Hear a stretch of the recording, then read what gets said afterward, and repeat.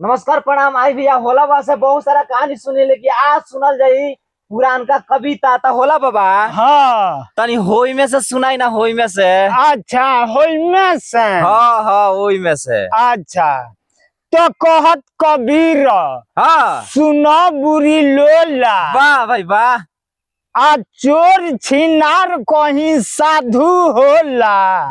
बात सही बा एकदम। वाह वाह वाह वाह। एक और ही मारो, हैं? एक और ही मारो। कहत कबीर सुनो भाई छोटा अच्छा आ मोले के भरी खाता मोला तारे लोटा आई भरी खा का होला हो? आ हई पीछे के गोदामा का हो आई गोदाम का होला?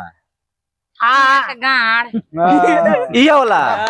तो उ खुल के कली हो या हम गोदाम कहतानी तो नहीं बुझ।